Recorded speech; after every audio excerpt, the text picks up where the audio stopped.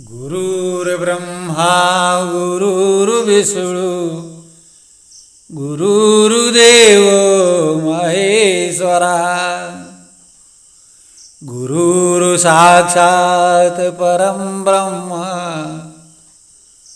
तस्मै श्री गुरुवे नमः। करेण वीणां परिवादयन्तीं तथा जपन्तीं परेण मालां मरालपृष्ठां संसन्निविष्टां सरस्वतीं तां शिरसा नमामि।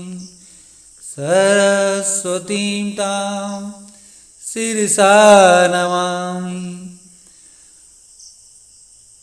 सद्गुरु देव भगवान के श्री चरण कमलों में शीश झुकाते हुए सभी श्रोता बंधुओं को सादर प्रणाम करते हुए आज अपने इस 33वें भाग में श्रीमद् भागवत कथा महापुराण के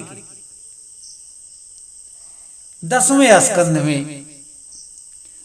हम आपका स्वागत करते हैं, अभिनंदन करते हैं, वंदन करते हैं। जैसा कि पिछले भाग में आपने नंदलाला के जन्म, श्री कृष्ण जन्म की कथा का रसपान किया आपने, और आज हम नंद महोत्सव की चर्चा करेंगे और भी आगे की कथाओं का विस्तार करेंगे। तो नंदस्त्वात्मज उत्पन्ने जाता हृदो महामना आहूय भी प्राण वेद ज्ञान अस्नाता सुचिरलंकृता वाची त्वा स्वस्तयनं जात कर्मात्मजस्य वै कार्यामास विधुवत पितृदेवार्चनं तथा धेनूनां मुनियुते प्रादाद विप्रेभ्य समलंकृते तिलाद्रीन् सप्तरत्नोग सात्कौम्बा अंबरावृतान्। श्री शुक्राचार्य जी महाराज नंद महोत्सव का 18 श्लोकों में गायन करते हैं और ऐसा लगता है कि जैसे 18,000 श्लोकों का आनंद नंद महोत्सव में प्रकट कर दिया। सुखदेव जी कहते हैं, परीक्षित, नंद भवन में लाला का जन्म नहीं हुआ, बल्कि मूर्तिमान आह्लाद आनंद ही आज मानो बाल रूप में प्रकट होकर सबका साक्षी हो रहा हो। सबसे पहले विद्वान वेद पाठी ब्राह्मणों को बुलाकर नंद बाबा ने स्वस्ति वाचन, जात कर्म संस्कार आदि सब विधिवत संपन्न करवाए। 2 लाख गाय और अन्न के 7 बड़े विशाल पर्वत बनाकर ब्राह्मणों को भेंट किया।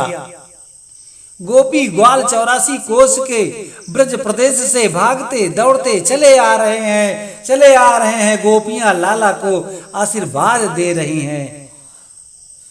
ताया सीसा प्रयुज्जाना सिरम पाही तिभाल के।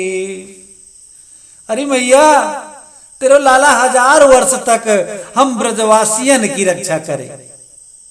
ये आशीर्वाद गोपियों ने लाला को दिया। ग्वाल बाल एक दूसरे पर दधी क्षीर की बरसात कर रहे हैं। नंद भवन क्षीर सागर की तरह दृष्टिगोचर हो रहा है। उदार मना होकर नंद बाबा आज जो हाथ लगता है वही लुटा डालते हैं। नंदो महामनास्तेभ्यो वासो अलंकार गोधनम सूतमागधवंदिभ्यो एने विद्योपजीविना। नंद बाबा का मन आज इतना विशाल हो गया है कि आज लाला के जन्मोत्सव में अपना सर्वस्व लुटाए जा रहे हैं। याचकों को अयाचक कर दिया। सूत मागध बंदी जन इतने बहुमूल्य रत्नाभूषणों को नंद बाबा के घर से भर भर कर ले जा रहे हैं। रास्ते में जब बातें करते, क्यों रे तू का लायो है? दूसरा कहता है भैया मैं तो चांदी के बर्तन लेके आया हूं, देख चांदी को लोटा, चांदी की थारी। दूसरो बोलो दारी के तू चांदी ले गयो, देख मेरे पास सोने की थारी है, सोने को कटोरा। अरे राम राम, ये सोने के बर्तन तो को कहां से मिले? बोले 5 नंबर के दरवाजे से सोने के बर्तन बट रहे थे। पहला बोला अरे राम राम, मैं तो 2 नंबर से ही भगायो, वाने सबरे चांदी के बर्तन रास्ते में फेंक दिए और वापस 5 नंबर दरवाजे पर गए। सोने के दिव्य उन बर्तनों को लेकर दौड़ा दौड़ा आया, देख मैं भी सोने का ले आया हूं। तब तक दूसरों मिल गए। क्यों रे का लायो है? बोलो सोने के बर्तन लायो हूं। अरे दारी के तू सोनो ले गयो, देख मैं हीरे की अंगूठी, हीरे के हार लेकर आयो हूं। क्यों रे ये हीरे के हार कहां बट रहे थे? बोले 1 नंबर के दरवाजे पे। अरे राम राम, वाने सोने के बर्तन सब फेंक दिए, फिर भागो भागो गयो। इस प्रकार से जगह जगह पर वह दिव्य वस्त्राभूषण अलंकार आदि ब्रज वीथियों में ऐसे लग रहे हैं जैसे भगवती लक्ष्मी स्वयं नृत्य करती हुई अपने प्रियतम के जन्मोत्सव में उत्सव मना रही हो। रमा कीडनम हुन्नूप, मानो भगवती श्री स्वयं नृत्य कर रही हो, विहार कर रही हो। रोहिणी मैया भी प्रोत्सित वर्त का होकर भी आज सब कुछ भुलाकर नृत्य कर रही हैं। रोहिणी चमहाभागा नंद गोपाभिनंदिता, व्यचरद दिव्यवासास्त्र कंठा भरणभूषिता। आज नंद बाबा के आंगन में मानो चारों ओर से आनंद की बाढ़ आ गई। पर अचानक नंद बाबा को स्मरण आयो, भैया हम जो प्रतिवर्ष कंस को कर दिया करते हैं वह कर देने की तो तारीख निकल गई। समय पर कंस को कर नहीं पहुंचा तो न जाने का उपद्रव खड़ा कर दे। इसलिए तुरंत कुछ ग्वाल बालों को गोकुल की रक्षा का भार सौंप कर नंद बाबा मथुरा चल पड़े।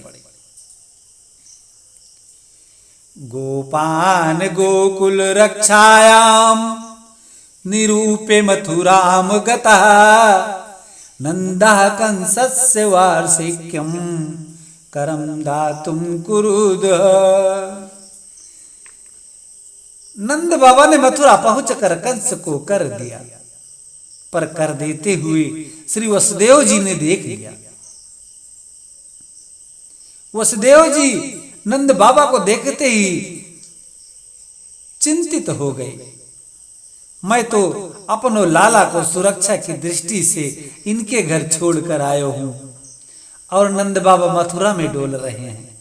अरे मेरे लाला पर कोई संकट ना आ जाए। कर देकर नंद बाबा जैसे ही भवन से बाहर निकले कि रास्ते में ही वसुदेव जी मिल गए। अरे नंद बाबा राम राम। नंद बाबा बोले भैया वसुदेव राम राम, कहो कैसे हो? वसुदेव जी बोले हम तो बिल्कुल ठीक हैं, पर बाबा तुम कैसे हो? अरे तुम भले ही न बताओ, पर मोको सब खबर लग गई कि तेरे बुढ़ापे में 90 साल की उम्र में छोरा भयो और तूने मोको खबर तक ना दई। तू कैसो मेरो मित्र है? नंद बाबा हाथ जोड़कर बोले वसुदेव भैया तू बुरो मत मन, मानियो छोरा तो मेरे निश्चिंत भयो। पर जब तेरे बारे में मैंने सुनी कि तेरे 8 छोरा भये और यह पापी कंस ने सबरे मार दिए और एक छोरी भई वो आकाश में उड़ चली गई, ये सब बातें सुनवे के बाद मेरी हिम्मत नाय परी जो एक लाला की खुशी तेरे सामने प्रकट करूं। अहो ते देव की पुत्रा कंसेन बहवो हता एकावशिष्टा वरजा कन्या सापि दिवंगता। अब देखिए वसुदेव जी कि हृदय में एक पुत्र के वियोग का शोक है, परंतु आनंद बाबा के आनंद की चर्चा कर रहे हैं। नंद बाबा के हृदय में पुत्र जन्म का आनंद है, पर वह वसुदेव जी के शोक में सम्मिलित हो रहे हैं। मैत्री यही होती है। बाबा गोस्वामी तुलसीदास जी ने भी रामचरितमानस में लिखा है कि जियन मित्र दुख हुवहि दुखारी तिनहि बिलोकत पातक भारी। जियन मित्र दुख हुवहि दुखारी तिनहि बिलुअकत पातक भारी। निज दुख गिरि सम रज कर जाना अमित्र का दुख रज मेरु समाना। वाह भैया, मित्र को चाहिए कि अपना दुख पहाड़ जैसा भी हो तो मित्र से छुपा कर रखे, और मित्र का दुख यदि कण के बराबर भी दिख रहा हो तो उसे पर्वत मानकर उसका निदान करे। तो दोनों अपने सुख दुख की चर्चा एक दूसरे को बांट रहे हैं। वसुदेव जी को तो लाला की चिंता पड़ी है, इसलिए तुरंत बोले बाबा मैं ज्योतिष को पंडित हूं और मेरी ज्योतिष विद्या बता रही है आजकल तेरे ग्रह ठीक ना है। तेरे ग्रह तो ये कह रहे हैं कि तेरे गोकुल में कोई उत्पात हुए वारो है, सो तू इधर उधर मत डोलियो, तू जल्दी जाकर अपनो गोकुल संभाल। नेह अस्तेयम बहुतिथम संत्युत्पातास्य गोकुले। जो गोकुल में उत्पात होने की बात करी, सुनते ही नंद बाबा की धड़कन तेज भई। तुरंत माला सटकाते घर को भागे, हे नारायण मेरे छोरा की रक्षा करियो, हे भगवान मेरे लाला की रक्षा करियो। नंदा पथि वचा सोरेण मृषेत विचिंतयन हरिं जगाम शरण मुत्पाता गमसांकिता। रास्ते में नंद बाबा विचार करते जा रहे हैं कि वसुदेव जीवन में कब झूठ ना बोले। यदि वाने आशंका व्यक्त करी है तो निश्चित कोई न कोई उत्पात होए वारो होएगो। हे नारायण मेरे छोरा की रक्षा करियो। भजन करते करते नंद बाबा तो घर को भागे, और नंद बाबा घर पहुंच ही न पाए तब तक कन्हैया की मौसी जी पहुंच गई। अब इसके आगे हम आज पूतना मोक्ष की कथा का विस्तार कर रहे हैं। तब तक आप सभी हमारे साथ श्री राम नाम संकीर्तन करें। तो श्री राम जय राम, श्री राम जय जय राम, श्री राम जय राम, श्री राम जय जय राम।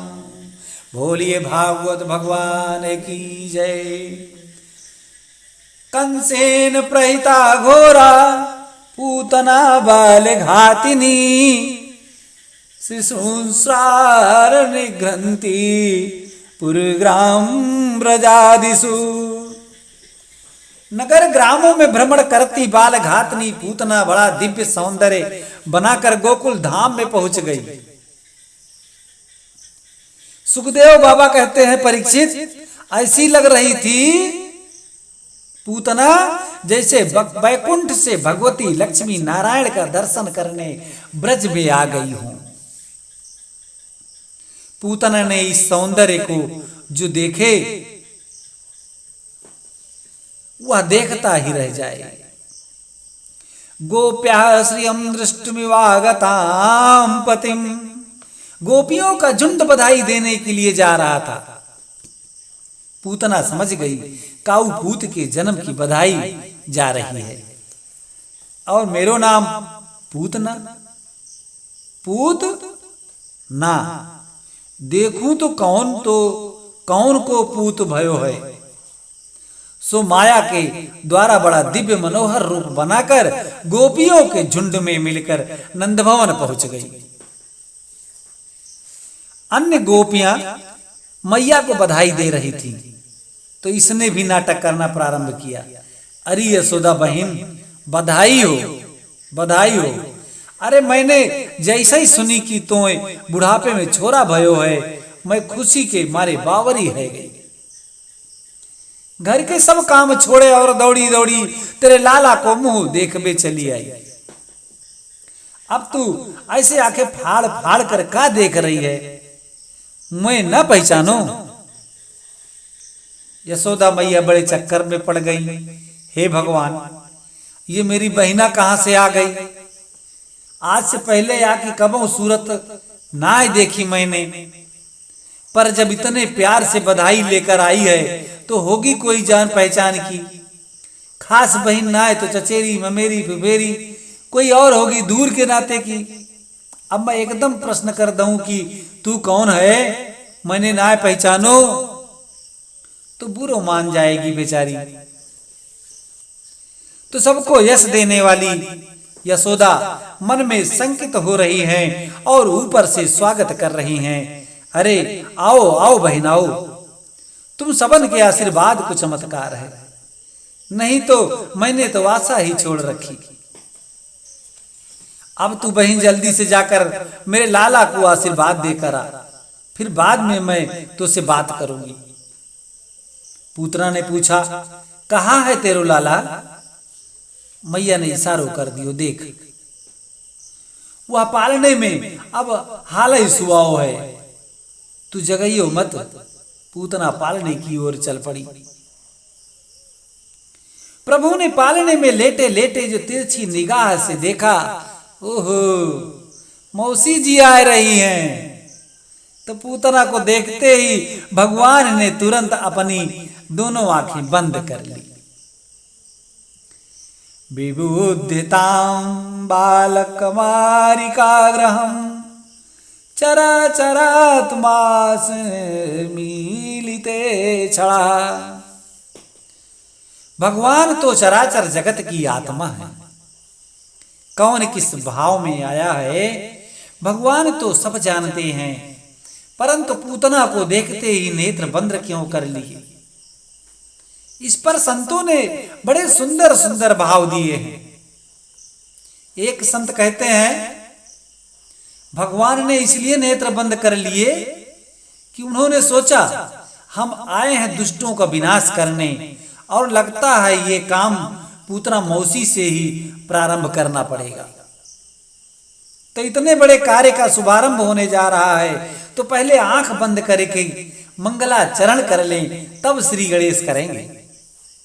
बोलिए भागवत भगवान की जय। इसलिए नेत्र बंद कर लिए। अथवा प्रभु ने सोचा हम आए थे ब्रजमंडल में माखन मिश्री खावे, तो माखन मिश्री का स्वाद चख भी न पायो और पूतना मौसी आ गई जहर पियो आवे।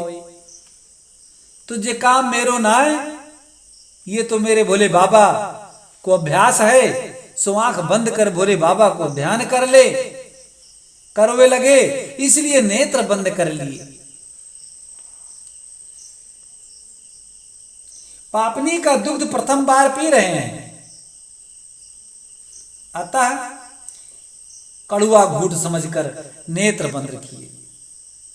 मेरे ब्रजवासियों के अनिष्ट का विचार करें, ऐसी हत्यारिन का मुख भी देखना नहीं चाहता। मायापति के सम्मुख माया टिक नहीं सकेगी, कहीं असली रूप न हो जाए।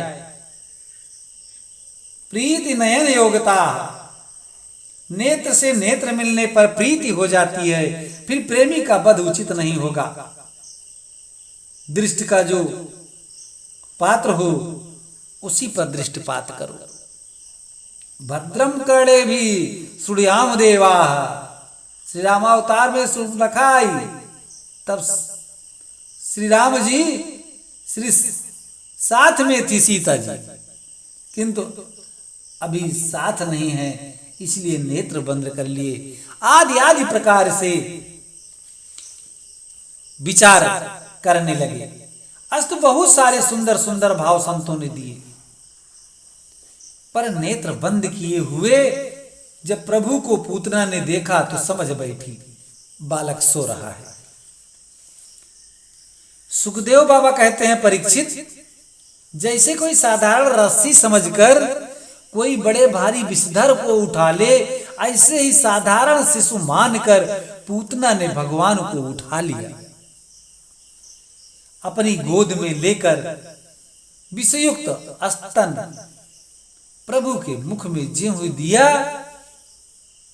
कि उस समय गाढ़ं कराभ्याम भगवान प्रपीड्य तत् प्राणै समम्रो समन्वितो वपिबत।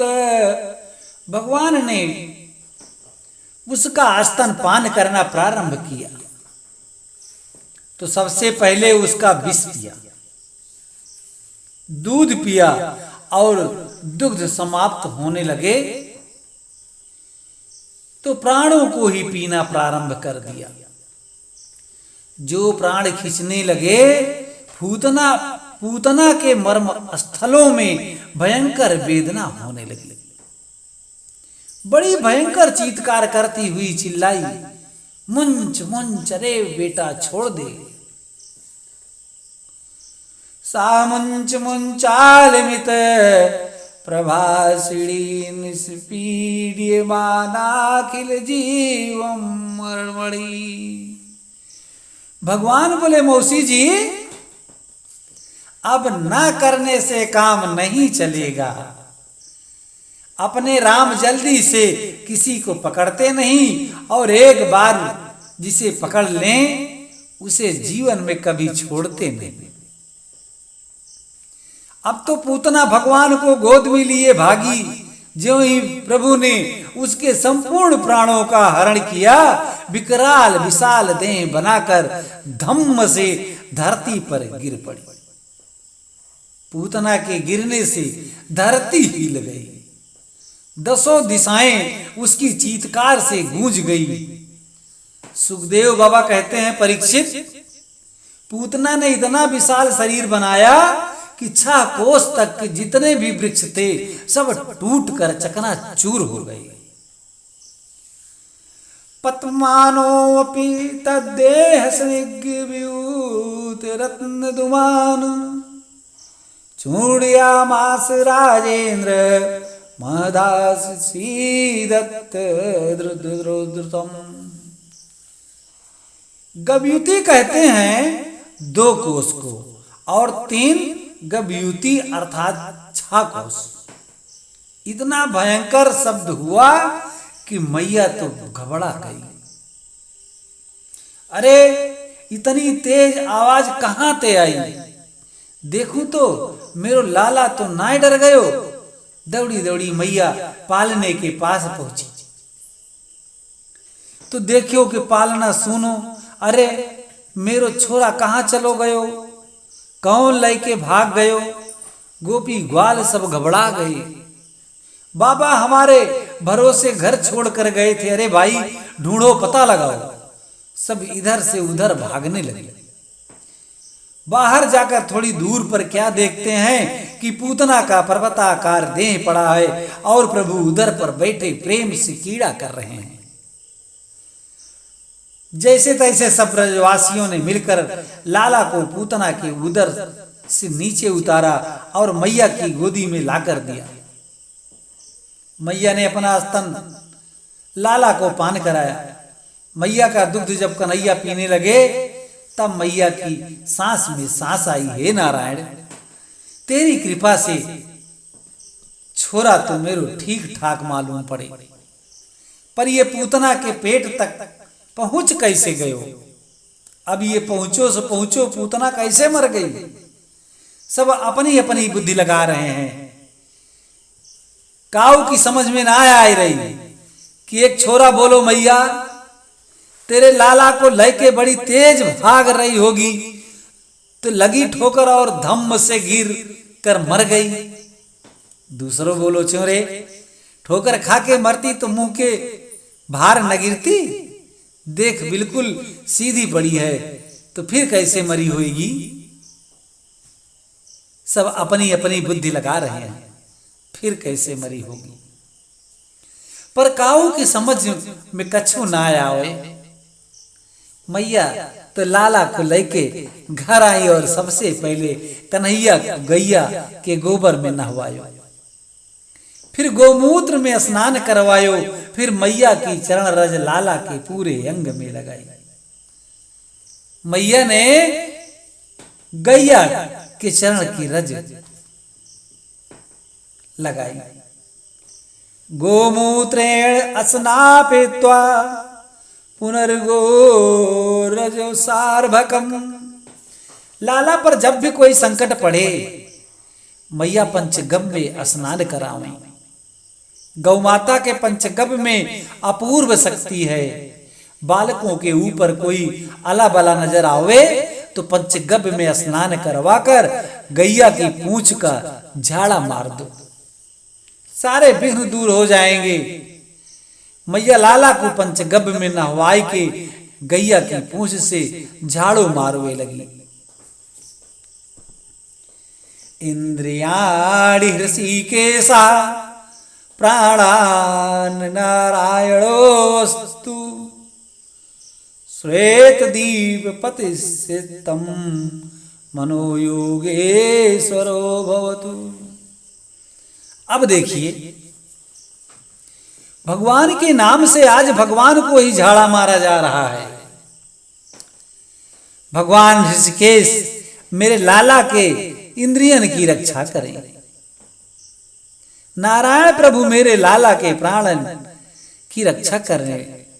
लो भगवान का नाम भगवान का भी रक्षक बन रहा है। 8 श्लोकों में मैया ने बाल रक्षा कवच पढ़कर झाड़ा मारा है, तो इन्हीं 8 श्लोकों को पढ़कर गाय की पूंछ से बच्चों को झाड़ देना चाहिए। मैया तो इधर झाड़ा फूंक रही हैं, उधर नंद बाबा आए गए। ग्वाला दौड़कर बोलो, अरे बाबा तुम मथुरा चले गए पर गोकुल में तो गजब हो गयो। बाबा तेरे घर में पूतना आ गई और भगवान जाने कब छोरा को लेके भाग गई। काऊ ए भनकई न परी, भगवान जाने का भयो पूतना तू वह मर गई, लाला तेरो बिल्कुल सुरक्षित है। नंद बाबा बोले भैया अब मैं समझ गयो, वसुदेव नंबर 1 को जेतुसी हैं। देख तो मथुरा में ही मेरे वसुदेव ने कही बाबा तू जल्दी भाग, तेरे घर में कुछ संकट आए विवारो है। वह वसुदेव की बात कितनी पक्की निकली। मैं घर आ ना पायो तब तक तो आफत आए गई। पर जब ते वाने ये संकट की बात कही तब ते मैंने पूरे दिन माला सटकाई। हे नारायण मेरे छोरा की रक्षा करियो। देख ले मेरे भजन को चमत्कार, जो साक्षात नारायण ने एक धुमकरा धर दियो। सो मर गई पूतना और मेरे लाला की तो साक्षात मेरे नारायण ने रक्षा कर दी। मेरे भजन में नारायण प्रसन्न रह गए। ब्रजवासी बोले, बाबा तब तो ये तेरे भजन को चमत्कार है, बड़ी देर में हम यही तो हिसाब लगा रहे। एक बोलो, बाबा मरी सो मरी पर गोकुल और मथुरा को पूरा रास्ता जाम कर गई। देख तो या को पहाड़ जैसो शरीर, अब कितकू फेंकी गए, क्या करेंगे। नंद बाबा बोले, एक काम करो, सब लैले कुल्हाड़ी आ जाओ और या के जो लंबे लंबे योजन भर के हाथ हैं वह सब काट काट कर एक जगह पर ढेर कर दो, और जितने वृक्ष टूट गए हैं वह सब या के ऊपर पटक दो और या में आग लगा दो। सो लैले फरसा कुल्हाड़ी सब ब्रजवासी आ गए और वाके लंबे चौड़े हाथ पैर काट के एक जगह की जो वृक्ष टूट गए थे वह या के ऊपर पटक दिए, और जैसे ही आग लगाई तो पूतना का देह जब दग्ध होने लगा तो ऐसी दिव्य सुगंध निकली कि पूरा ब्रजमंडल सुहासित तो हो गया। दहामानस्य देहस्य धूम वस्य गुरु सौरभा।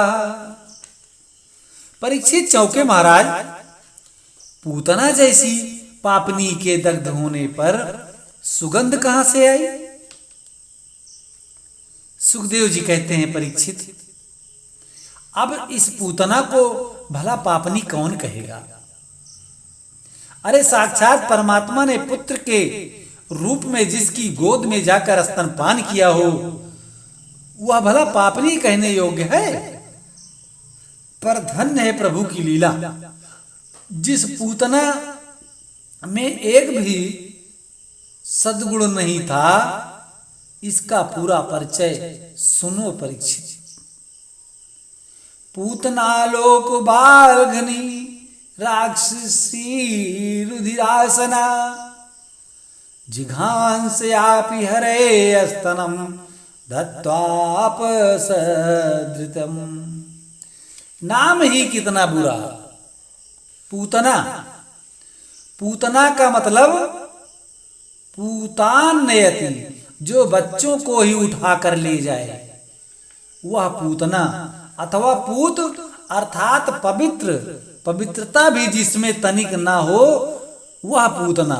नाम ही बुरा, काम अच्छा नहीं करती, पहले बच्चों को उठा ले जाती है, बाद में मार डालती है, खानदान भी अच्छा नहीं, राक्षस कुल में पैदा हुई, आहार भी अच्छा नहीं, रक्तपान करने वाली है, भगवान से प्रेम भी नहीं करती, बल्कि भगवान को मारने की दुर्भावना से प्रेरित होकर आई है।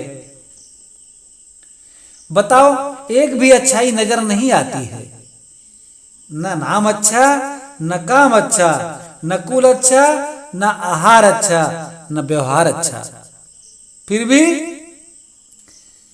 न जाने कौन से गुण पर दया निधि रीझ जाते हैं। न जाने कौन से गुण पर दया निधि रीझ जाते हैं, रीझ जाते हैं, दया निधि रीझ जाते हैं। न जाने कौन से गुण पर दया निधि रीझ जाते हैं।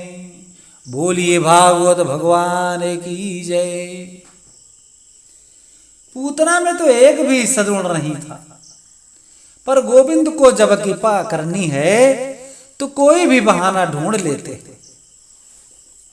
जैसे क्रोधी के स्वभाव में क्रोध भरा है, बात बात पर आंखें लाल हो जाती हैं, ऐसे ही भगवान का श्री विग्रह यही कृपामय है। कोई बहाना भर मिल जाए, कृपा बरस पड़ती है। भगवान कहते हैं, बुरी भली जैसी भी सही, पर काम तो मेरी मैया यशोदा जैसा किया है। माँ की तरह हृदय से लगाकर अपना स्तनपान कराया है, इसलिए मैं तो माँ की गति ही प्रदान करूंगा। और मैया यशोदा के समान गति इस पापनी पूतना को भी प्रभु ने प्रदान कर दी। अब भला कौन अभागा होगा जो ऐसे दयालु कृपालु की शरण में आना न चाहे। जो पूतना में दोष न देख सके वह भला कभी अपने भक्तों का दोष देख सकते हैं। बाबा गोस्वामी तुलसीदास जी महाराज ने श्री रामचरितमानस में लिखा है, जन अवगुण प्रभु मान न काऊ, जन अवगुण प्रभु मान न काऊ, दीन बंधु अति मृदुल स्वभाव, दीन बंधु अति मृदुल स्वभाव। भगवान का ऐसा कृपामय स्वभाव न हो तो जीव का कल्याण कैसे होगा। जीव को कर्मों का ही फल देते रहें तो कल्प कल्पांतरों में किसी जीव का कदापि कल्याण होने वाला नहीं है। भगवान तो बस निमित्त ढूंढते रहते हैं और तुरंत कृपा बरसा देते हैं। प्रभु का कृपामय स्वभाव न होता तो भगवान को कौन पूछता। बिंदु जी के पद में कितना बढ़िया भाव है, हे प्रभु आपका कृपामय स्वभाव न हुए तो आपकी अदालत में कौन आवे।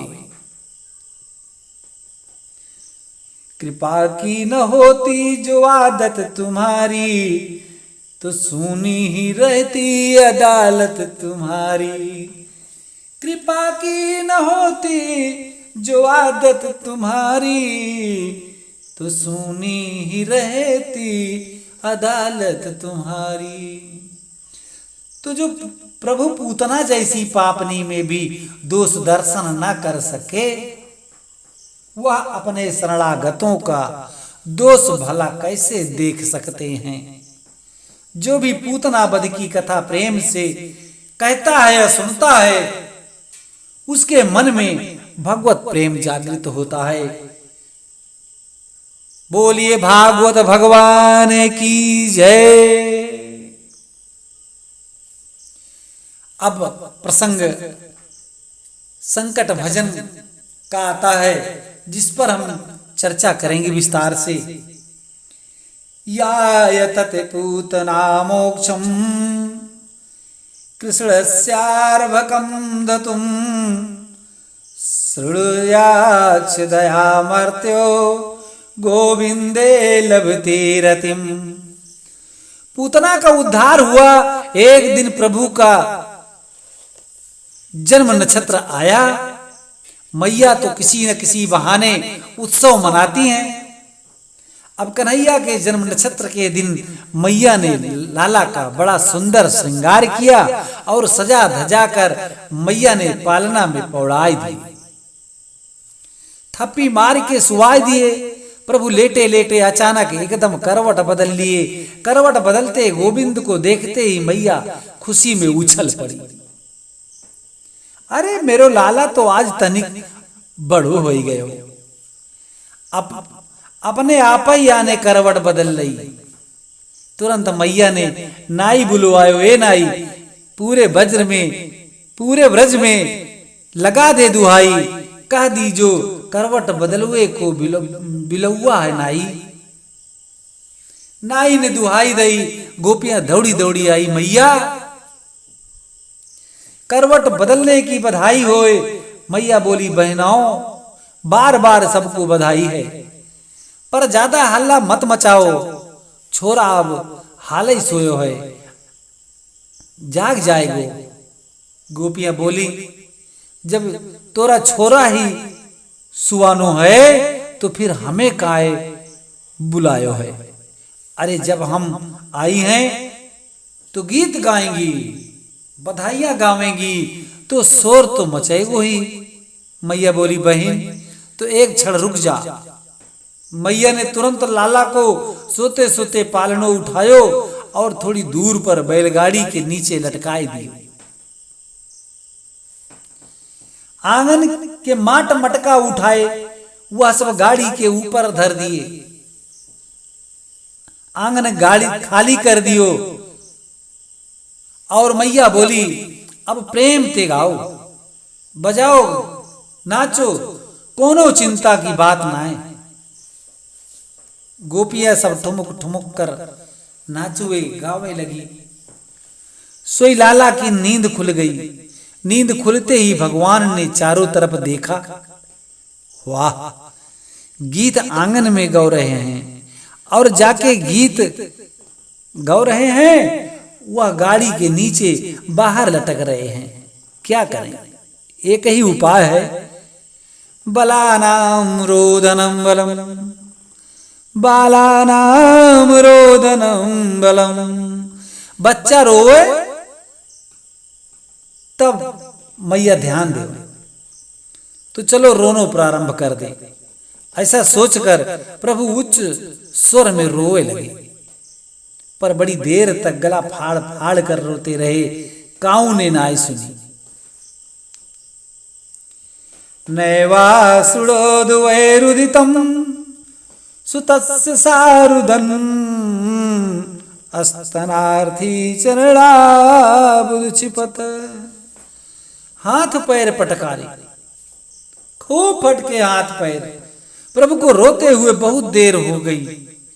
जब काऊ ने नाई सुनी तो भगवान ने रोते रोते वह गाड़ी में इतनी जोर की लात मारी कि गाड़ी आकाश में उड़ गई और धम्म से नीचे आते ही चकनाचूर हो गई।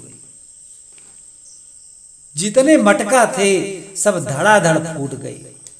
मैया दौड़ी भागी, बाहर आई तो देखें टूटी गाड़ी और फूटे मटका। मेरो लाला कहाँ गए? देखें तो पालने में लाला दिखे। मैया ने लपक कर लाला हृदय से लगाए लिए। हे भगवान, लाला तो मेरो ठीक ठाक सो मालूम चले, परंतु आंधी चली ना है, तूफान आयो ना है, बैल सांड कोई निकरो ना है, सो धरी धरी गाड़ी कैसे टूट गई। तब तक दो छोरा भागे भागे आए। अरे मैया, हम बतावें। मैया तुम गावे बजावे में लगी, हम छोरा सब यहाँ खेल रहे और तेरे लाल ने अचानक रोनो प्रारंभ कियो। तो सबसे पहले मैंने देखो, बस मैं ये सोच ही रहे हो कि मैया की गोद में लाला को दे आऊं, पर जैसे ही हम तेरे लाल के पास में आए तब तक तो तेरे या लाला ने गाड़ी में घुमाकर ऐसी लात मारी कि धम्म से आकाश में उड़ी चली गई। मैया बोली, धारी रे धारी के भाई, कई भांग पी के तो ना आए गए तुम सब। कल को छोरा पैदा हुए की देर न भई, वाने लात मारी सो गाड़ी आकाश में उड़ाई गई। चल भाग जाते।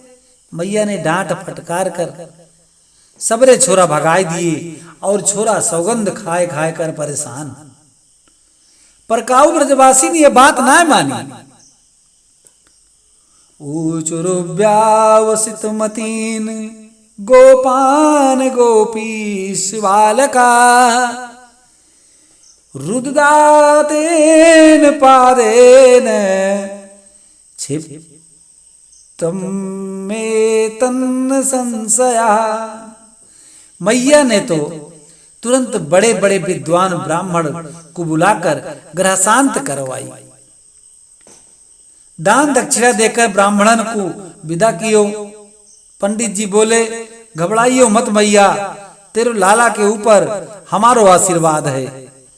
तेरो लाला स्वयं सबकी बला बनकर आयो है, या पर को अलाय बलाय न आ सके। और सब ब्राह्मण आशीर्वाद दे के चले गए। इस प्रकार प्रभु ने संकट भजन किया। एक दिन की बात है, मैया लाला को खूब उछाल उछाल कर खिला रही थी। कन्हैया किलकारी मार कर हंस रहे थे, पर उछालो बंद कर दें सो ही रोवे लग जाएं। मैया के तो हाथ दुखने लगे, कब तक उछालूं। सो मैया गोद में लाला को लेके अपना स्तनपान करावे लगी। मुग्ध हुए माधव मैया का दुग्धपान कर रहे थे, स्तनपान कर रहे थे कि एक तिरछी निगाह से देखा कि तृणावर्त नाम का एक दैत्य चक्रवात का रूप धारण किए चला आ रहा है। भगवान मन में मुस्कुराए। मैया तो ज्यादा दूर न उछाल सकी, सो मामा जी ने उड़न खटोला भेज दियो। अब मैया गोद से नीचे उतार दे तो नेक हम घूमावे, पर मैया उतारती ही नहीं। सो धीरे धीरे प्रभु ने अपना वजन बढ़ाना प्रारंभ कर दिया। प्रभु इतने भारी हो गए कि मैया को गोदी में रखना मुश्किल पड़ गया। गरिमाणम शिशोड़म नसे गिरिकूटवत भूमो निधाय तम गोपी विस्मिता वारे पीड़ता। लाला को उठाकर धरती में बिठाए के मैया के फाड़ कर देखवे लगी, हे भगवान मेरे हल्को फुल्को नेक सुछोरा अचानक इतनो वजनदार कैसे है गो।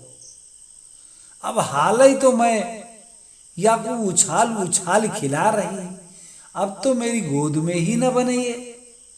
माधव ने मैया के मन को मोहित कर दिया।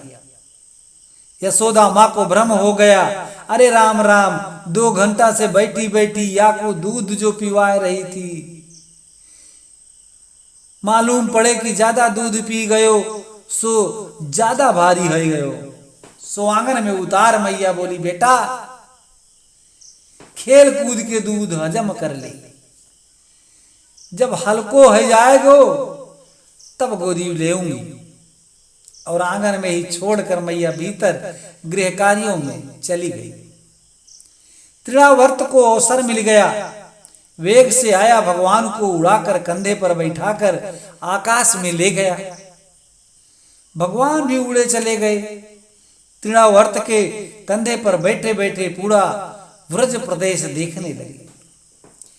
ये ललिता को घर, ये मधुमंगल को घर, ये छिपी गली, ये प्रेम गली, सबरी गली और सबरे मोहल्ले भगवान ने तृणावर्त के कंधे पर घूम घूम लिए। खूब घूम घूम कर देखे, पर जैसे ही मथुरा की ओर भागने लगा सो ही भगवान ने गर्दन दबाई और वजन बढ़ाया। भगवान इतने वजनदार हो गए कि तृणावर्त घबरा गया। मन में संकित होने लगा कि जल्दी जल्दी ये कहीं बालक के धोखे में कोई काला पत्थर तो नहीं उठा लाया। ये बालक है कि पहाड़? बार बार पीछे मुड़कर देखता है। भगवान को हंसी आने लगी। मेरे भक्त तो पत्थर में भी मुझे देखते हैं और ये मूर्ख मुझ में पत्थर देख रहा है। चलो इसकी खोपड़ी पत्थर पर ही पटक दो। प्रभु ने तृणावर्त की इतनी जोर से गर्दन दबाई कि तमंतर छात पतितम शिलाया विशीर्ण सर्वावयम करालम। छटपटाता हुआ धम्म से तृणावर्त का पत्थर पर आकर सिर पड़ा और गिरते ही गोविंदाय नमो नमः।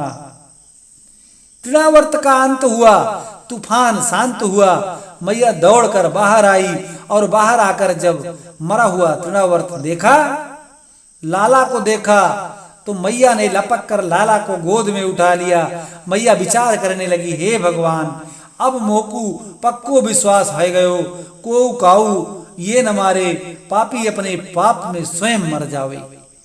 मैंने काऊ को का बिगाड़ा है, का बिगाड़ दियो जो रोज के रोज कोई न कोई चले आवे और अपने आप ही मर जावे। हिंस्ता स्वपापेन विहंसिता खलः साधु समत्वे भयाद विमुच्यते। ऐसे अपने मन को समझाती हुई मैया लाला को घर लाई। इसी प्रकार एक दिन मैया लाला को प्रेम से स्तनपान करा रही थी। बड़ी देर हो गई। मैया जब लाला को स्तनपान पिलाना बंद करती हैं तो लाला रोने लगते हैं। मैया फिर पिलावे लग जाती हैं। अब मैया दूध भी पिला रही हैं और घबरा भी रही है कि लाला ज्यादा दूध पियोगो तो पेट खराब हो जाएगा। तो मैया ने कहा कियो कि दूध पिलाती पिलाती लाला के पांव के तलुए में धीरे धीरे उंगली फेरवे लगी। लाला को गुलगुली लगी और हंसी आ गई। हंसी आ गई तो स्तन अपने आप ही मुंह से छूट गए। मैया प्रसन्न हो गई कि लाल हंसते रहे और दूध पीना भी छोड़ दिए।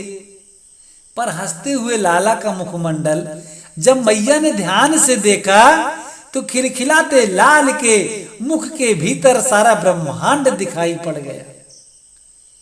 मैया घबरा गई कि हे भगवान, ये नदी पहाड़ कैसे दिखे। डर के मारे मैया ने तुरंत आंखें बंद कर ली तो भगवान ने भी मुख बंद कर लिया। एक झलक दिखाकर मानो भगवान कहना चाहते हो, मैया तू मेरे पेट खराब हुए की चिंता मत कर। देख मेरो पेट कितनो बड़ो है। तेरे इस स्तन के पान करने से मैं ही तृप्त नहीं हो रहा, वरन विश्व ब्रह्मांड के अनंत जीव तृप्त हो रहे हैं। प्रभु ने मैया को अपने श्रीमुख में 2 बार विश्व दर्शन कराया है। एक बार यहाँ दूध पीते पीते, दूसरी बार मिट्टी खाने के बाद। अब यहाँ पर तृणावर्त उद्धार कथा के साथ साथ यहीं पर अपने 33वें भाग को विराम देना चाहेंगे। और एक बार प्रेम से बोलिए भागवत भगवान की जय।